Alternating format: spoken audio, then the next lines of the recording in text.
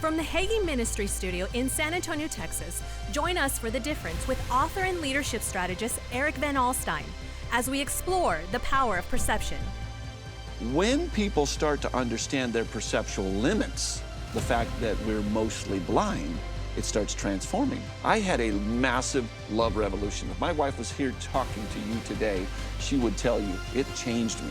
And if it can change me, it can change anybody. That's my message to some of these leaders.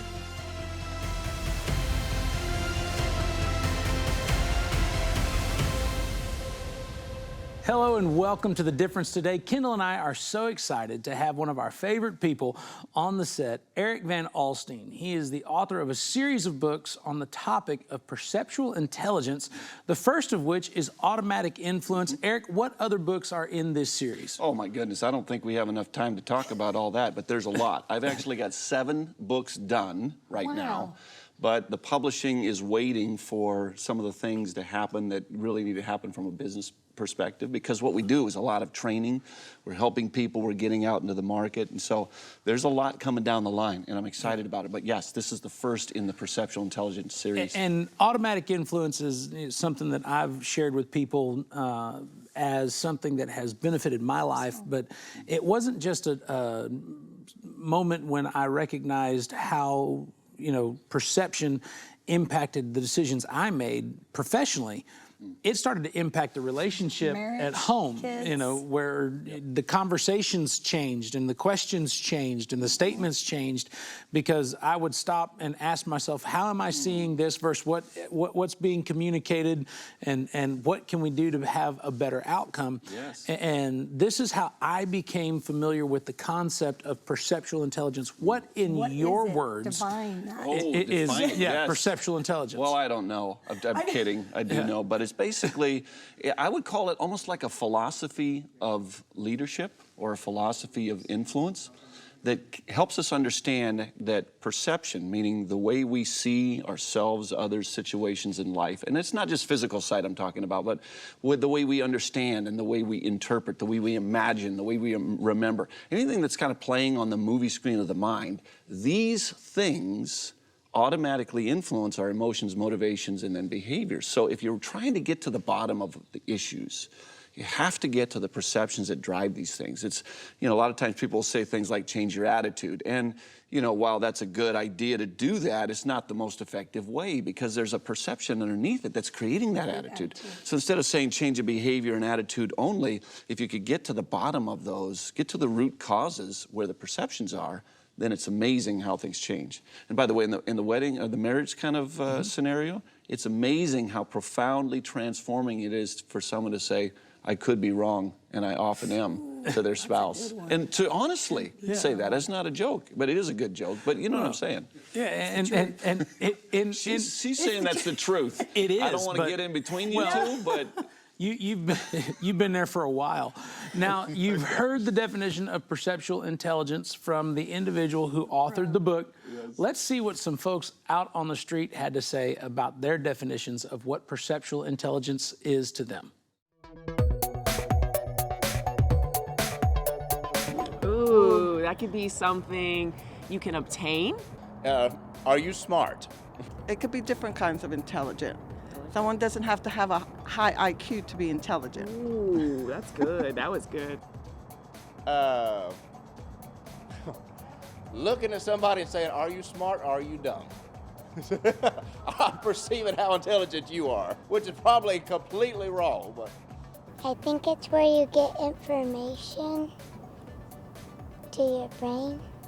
Perceptual intelligence can be maybe discernment that he gives you, to where you just have that inclination like, Holy Spirit, I'm feeling something. And I think it's just, you dropped it on me just now. She did a good job. Is that like ESPN where you can read the future? Probably not. I have a feeling it's got something to do with how you process life. I think it is something where you learn in math. My dad has PI.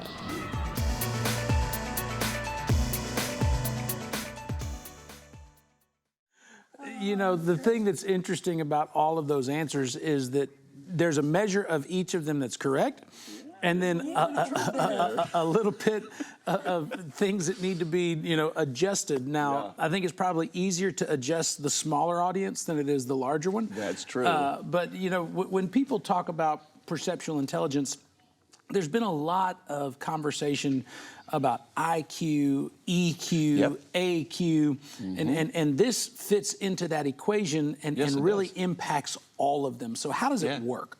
So, we all know the emotional intelligence argument that you can be really smart, but if you're not aware of other people's emotions and your own emotions, you can really mess things up.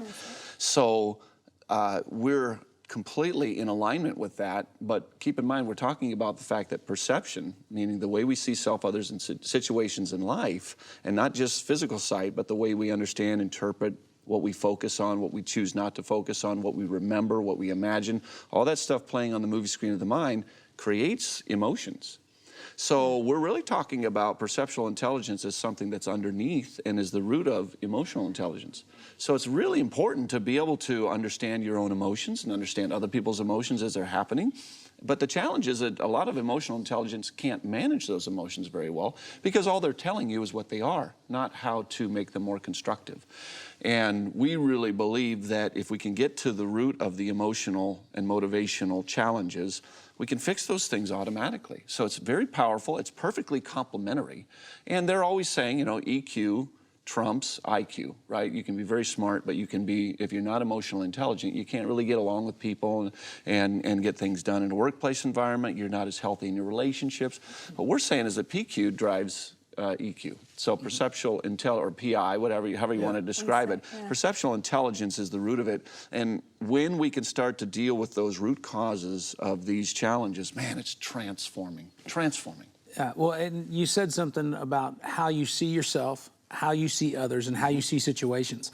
And I think it's remarkable when you begin to recognize how quickly you see all three of those things and then make very long-lasting decisions instantaneously. Oh, it's amazing. Well, the mind is so powerful. It's intuitive, right? Most of our reasoning, we think, well, 2 + 2 = 4. We're doing these logical analysis. That's just not the way we reason. It's a super fast, intuitive, instant reasoning. Now, it all is reasonable under the surface. In fact, it's crazy is that perceptual intelligence teaches that all emotion is actually reasonable, meaning that it's being driven by a deeper reasoning that tells us, using our reasoning, what something is and how good or bad it is. Then you feel good and feel bad in response to that. So it's reasoning, but it's this very deep, intuitive, fast reasoning. So in a blink, we're making assessments about things, and then we're jumping from one thing to another. Blink, blink, blink, blink, blink, right? So this mind is amazing. It's the most complex thing in the universe, right? And so a lot of things going on there we don't even understand, but it's amazing how that reasoning happens so quickly. You're totally right. Super fast. Well, and speaking of things that happen quick, we're getting ready to go to a quick commercial break. But when we come back, Kendal and I are going to have more to say about perceptual intelligence and the impact it has in your everyday life. Don't go away. You're watching The Difference. 2,000 years ago, God sent the world an unexpected gift. As we celebrate Christmas with family and friends, take a moment to share the greatest story ever told. That God sent His Son, Jesus Christ, into the world that we might live and have everlasting life through Him. This month, as a special gift for your donation of any amount, we'll send you a card stack of Diana Hagee's favorite recipes, along with a wooden display stand. For your gift of $200 or more, we'll include Diana's commemorative edition of the Not by Bread Alone cookbook, and accompanying cheese board and dish towel. This set makes a wonderful gift for a loved one and enables us to share the gospel around the world. From everyone here at Hagee Ministries, Merry Christmas. There is no greater present than the gift of God's love and salvation. Send your best gift today. Call the number on the screen or visit jhm.org/holiday. We're back with Erik talking about perceptual intelligence. But before, I just want to rewind about the marriage question. You said about what I may be wrong. Yes, yes, I may be wrong, I could be wrong, and I often am. And good. yeah, that's super good Now, for Matt. it's also good for each other. Is this a comment that you expect both to exchange? Well, yeah. Okay, so here's the challenge. Most of us are under this assumption that we pretty much see everything. This is one of the first, what I call, counterintuitive ideas about perception. We have this illusion that we're basically catching it all. It's almost like this weird assumption of omniscience. I am a walking God on earth. I pretty much know everything. I don't need to listen much. Listening is for people who need to know things. Listening is for ignorant people. I know everything. You need to listen to me. That's the default kind of mindset, right? Yes, that is. As opposed I can testify to that. Every spouse could. So when people start to understand their perceptual limits, the fact that we're mostly blind, it starts transforming, because I want to listen now. Instead of assuming that I know everything and you're just doing nothing but wasting my time. I'm waiting for you to stop talking so I could start, which is typical. Typical of a husband. Now I'm actually listening to you because I could be wrong, and I often am. It's an attitude of humility that comes from naturally seeing our perceptual limits. And when spouses both have this, it's really good. When only one has it, it can tend to get slightly abusive. So how do you get it? You just... How do you get it? Okay, so this is chapter 5. Yes, it is. Tell me what I need to do, the steps to get this. Exactly. It's to get him to get this. Okay. That's typical. You know, that's the typical response. Well, I'm just trying to take ownership, too, of myself. I need to work on myself. So if I get it, you get it, then it's going to... Oh, it is. I'm telling you. Contagious? Like if you get it, I'm going to catch it? Yeah. Yeah. Well, no, I think it'll help. And someone's going to go there with references to contagions. But it is slightly contagious. But the truth is, it's something that has to be deeply embedded in us because it's counterintuitive. We believe the opposite by default. So we have to build what I call new perceptual habits, meaning habits of seeing self differently. This is not something that you can just snap your fingers and do. Yeah. So we have a 9-hour course, 19 lessons, certification tests. We teach this in companies, not in like one session, because it's not like, hey, 4 hours and you get this. We're there for years with them. We've had some companies say, we're going to go to $1 billion strong as a culture because you're going to help us build leaders that are willing to say, I don't know all the answers. I need to bring the right people in, make great decisions together. Everybody's aligned and on board. We can really move things. I mean, when everybody in an organization is paddling the best direction together, they're unstoppable. Yes. But typically they're not doing that because one person's saying, basically, I know it all, and all the other know-it-alls in the room believe the same thing. And so what you've got is a bunch of arrogant conflict instead of humble collaboration. So that's the same thing in a marriage. It's marriage, but this is something that I've shared with you and be glad to say here to our audience that's watching today. As much as this is working in corporations and helping them improve their culture and their outcomes, there's such a broad brush to the information that it works for husbands and wives. Yes. It works for parents of teenagers. Oh, absolutely. We've got a 15-year-old daughter. Okay. And we love her dearly. But she is very different than she was when she was my 5-year-old daughter. Yes. And it's very easy for me to look at her at 15 and go, what changed?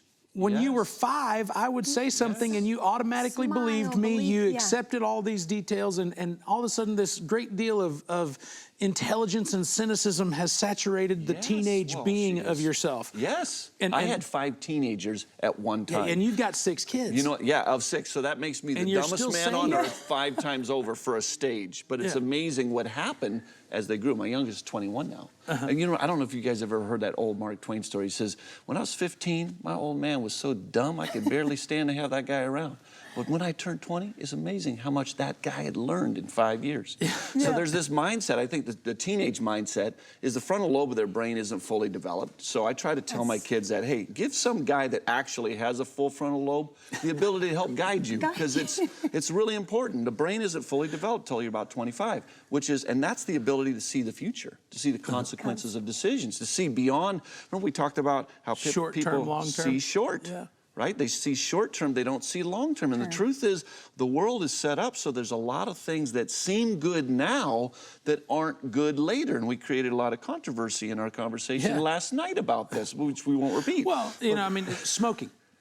Perfect example. When in the 40s, smoking was so mainstream, it was socially acceptable. There was smoking rooms, there were smoking jackets. And fabulous. And people, doctors smoked. People while they're curing, working on you, like, hey, you need some of this, I'm smoking. About the benefits of the calming agents of the nicotine and all these different deals. True. And in the short term, that's true. Fabulous. 30 years later, you have an entire generation that's plagued with emphysema and all these carcinogenic issues that were created because of years of smoking that they had no idea was going to be a long-term outcome of the short-term decision. Exactly. And it has to do with a willingness to see beyond what is now. Exactly. In order to have the good of tomorrow. Yeah, it's good now, bad later. Good short, bad long. There's a lot of stuff in that. In fact, the Bible describes sin as fleeting pleasures, right? Fleeting pleasures. So it's the idea that it's good right now, but way bad later. And if anyone could actually see the long term, they would never want to do these things because they know that, hey, it's a little bit of pleasure now and a lot of pain later. Who would trade $1 of pleasure for $1 million of pain? Nobody's that dumb. But they don't see the $1 million of pain that follow. And so they're easily doing it. And that's a teenager. So as a parent, that's a 15-year-old. How do you rear like a 15-year-old to, okay, with your brain's not, with patience, with grace. But I think they have to almost be prepped. They have to believe somehow, maybe if you catch them by the time they're like 10 or 11, 12, and say, listen, we're going into a phase here, and I want to prepare you. You're not in that now. But the point is, if someone could truly see their own limits, and this is part of humility. I think part of the problem with teenagers is the same arrogance that we all deal with. It's what got Adam and Eve kicked out of the garden. Arrogance is the #1 prime sin. This sense of what was the temptation? You will be as gods. We think we're virtually omniscient. I mean, we're kind of taking on godlike qualities, at least in our view of the world, meaning that I am the universe. Everything is about me, right? That's the kind of this typical narcissism, is that this little tiny, world that is me is everything. It turns around me. Everything, So it's enough about you. Enough about me. Let's talk about you. What do you think of me? I mean, it always seems to come back to me. And the truth is, we're always seeing out of our own eyes. So it's easy. I would call us structurally self-centered, meaning that every experience of our life is always from inside our eyes. It's me watching my television. It's my view. I'm always, no matter what I'm experiencing. So your experiences are out there in some strange world that I actually have to listen to understand, and no one really does that. I mean, that's hard work, and why do it, right? So that's the default mindset is, I know my own needs and my own pains and my own pleasures very well. Yours, they don't really matter as much to me, and they're hard for me to understand because it's all, everything's about my world. So I think there's just this natural structural arrogance in human nature that comes from only seeing here and now, not seeing the long, only seeing the short. And that if people can see that is a problem, then I think they start to root in humility and teachability. In fact, we've been doing some work with fast food. Fast food industry is onboarding 16-year-olds, sometimes onboarding people that could even be homeless, giving them a new start at life. So what they're trying to do is get these folks to be teachable. So they take them through little sections of our course in order to get them to be willing to admit that I could be wrong, and I often am. Teach me. And then they start teaching them how to cook chicken or make burgers or whatever. Well, one of the most influential and powerful statements that any human being makes, whether they realize it or not, is the way I see it. Fill in the blank. And when we come back, we're going to talk about the impact of those words on your life and how you cannot erase what you see, but you do have to replace what you see with something that's a greater reality. You're watching The Difference. We'll be right back with Erik Van Alstine after this. So my parents, they have been a huge influence in my life since day one. My mom and dad, they put so much time and dedication into preaching to others and showing God's light through them. And that's what I want to do someday, is show God's light through me. I'm so proud of them and what they've been doing through their ministry and The Different Show and all their podcasts and all their music and all their radio talks and all that stuff. Is just amazing. Mom, Dad, thank you for all your time, all of your dedication, all of your hard work, everything you put into this ministry to show God's light through you. Thank you for helping us kids even through it all, because I know our schedules are crazy, but yet you still have time to work with others, to lead others, to guide others in the way that God wants us to grow, that God wants to lead us through. So thank you for being a big influence in my life. I'm so proud of y'all. I love you.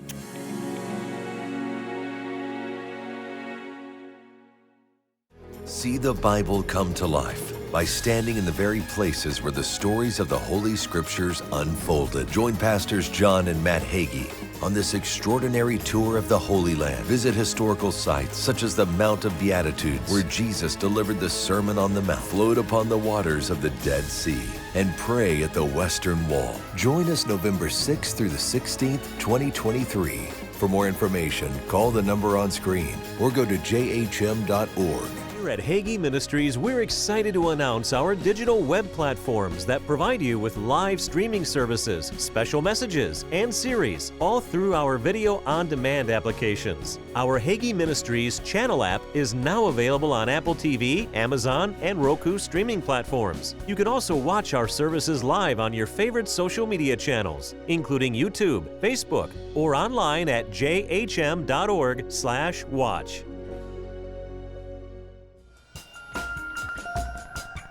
Welcome back to The Difference. Eric, earlier in our show, we asked some of our viewers what they thought about perceptual intelligence.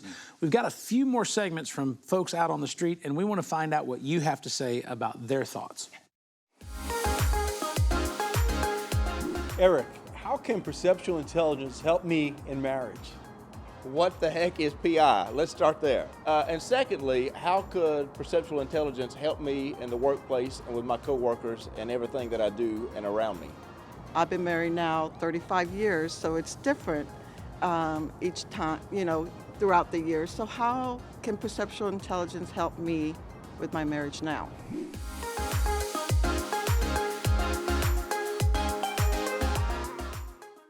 So some of it we discussed, talking about marriage, and what is it that you would say to each of these individuals if they were sitting down on the other side of the couch from you? Okay, so first of all, there's three questions. I'm trying to remember marriage, all of them. So work, and then the different stages of marriage. Okay. So I would say in marriage, we've already had some conversations about that. So it's very powerful to admit our own lack of awareness and be willing to listen to other people. What a concept, right? Yeah, listening is very powerful. Yeah. And actual listening, as opposed to biding your time. Yeah, I'm listening to you. Sure, I'm listening to you. And I think really. It's interesting, you had two marriage statements in that in that segment. One was from a man, the other from a woman. Yes. The man talks about marriage. It's just this big general thing. What does PI have to do with marriage? A woman says stages of marriage. Yes. And so I think you get some insight into a female's perspective of the relationship, that it goes through seasons. It's got all these, ups and downs. And a man looks at it like, I got married, I'm still married, it's just marriage. Yeah, I mean, obviously we think differently, and so that there's nothing wrong with that. I think that is the beauty of marriage, if we're willing to appreciate each other. Now, we teach what we call 4 prime perceptions, and I can't get into deep into this because they're so profound. They're almost like icebergs, right? There's a little white on the top, and oh my gosh, the weight on the bottom of this is unbelievable. But I will tell you that the first one is the root of empowerment, power over our emotions, to be functional instead of dysfunctional, to be constructive, highly constructive, instead of less constructive or even destructive. So that's going to contribute to a marriage. That empowerment, it's some of the most validating stuff I've ever seen, because it says basically we're dealing with the roots of self-control. We don't have to say get a grip on yourself so much as we have to change the things that cause us to lose our grip in the first place. And what I mean by losing our grip would be anger, hostility, resentment, all the things that you'd see in a relationship as we're hopefully sharpening each other. Another one is the root of love. And I can tell you, as a typical business leader, which is high drive, low empathy, okay, and this self-confidence, that you typically aren't good at love. You can do the right things, you can go through the motions, but actually having authentic emotion, really being there for your spouse, that is not common for my personality type. I had a massive love revolution. If my wife was here talking to you today, she would tell you, it changed me. And if it can change me, it can change anybody. That's my message to some of these leaders. So that's a huge contributor to marriage. So it's the roots of power, the roots of humility, the roots of love, and also the roots of peacemaking. The reason conflict gets created typically has to do with the way we see ourselves doing things good, the way we intend good while doing things that aren't. It's hard to imagine ourselves ever doing anything wrong, because we know it all and we always intend good. But from that mindset, by the way, if you go to talk to anybody in prison, they're going to tell you the same thing. They had good intent. They are not there because they should be there. It was an injustice, okay? Everyone on earth has good intent while doing things that aren't good, but they're blind to that. So that means they can't resolve conflict because they can never truly admit they're wrong. So anyway, all those things, power, humility, love, peace, massively transforming for marriages. The mind is very limited. Conscious thought really, you only have room for one thought at a time. So it's hard, for example, to focus on the spelling of a word and not miss its meaning at the same time. So there's this very, very small capacity. It's almost like imagine your brain is a bingo ball tumbler. You know, all these bingo balls of thoughts coming down, but only one ball per moment can come down that thought slot, right? So that means if there's a good ball in the slot, nothing else can get in. Yeah, you're fine. So your focus replaces anything else. So if you're focused on the goodness of God, or you're focused on the good things in life, you have in that moment blocked out other things. So you've made this choice to lock on and block out that can be either constructive or productive. Yeah.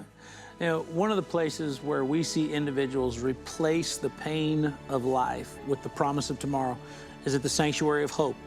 I want you to take a moment and consider what the Sanctuary of Hope is doing in the lives of young ladies all over this area and find out how you can be a part.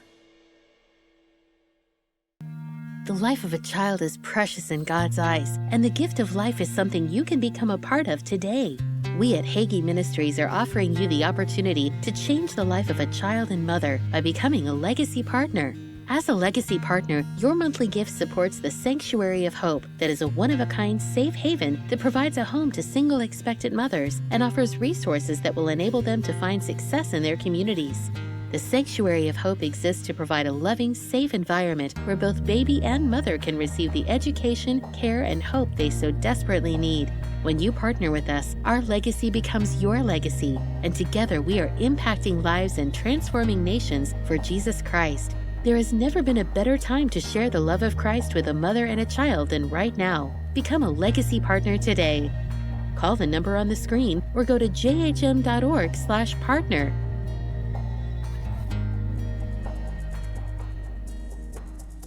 Kendal and I want to thank our guest, Erik Van Alstine, for being here with us today. Not only sharing about the power of perceptual intelligence, but giving us information that enables us to change the world that we're living in. If you'd like to find out more information about how you can get your hands on automatic influence and begin the process of seeing things from a different perspective, I encourage you to go to erikvanalstine.com. I also want you to know that here at The Difference, we pray that today's program made a difference in your everyday life as you change the world around you. God bless you, and we look forward to seeing you soon from Hagee Ministries.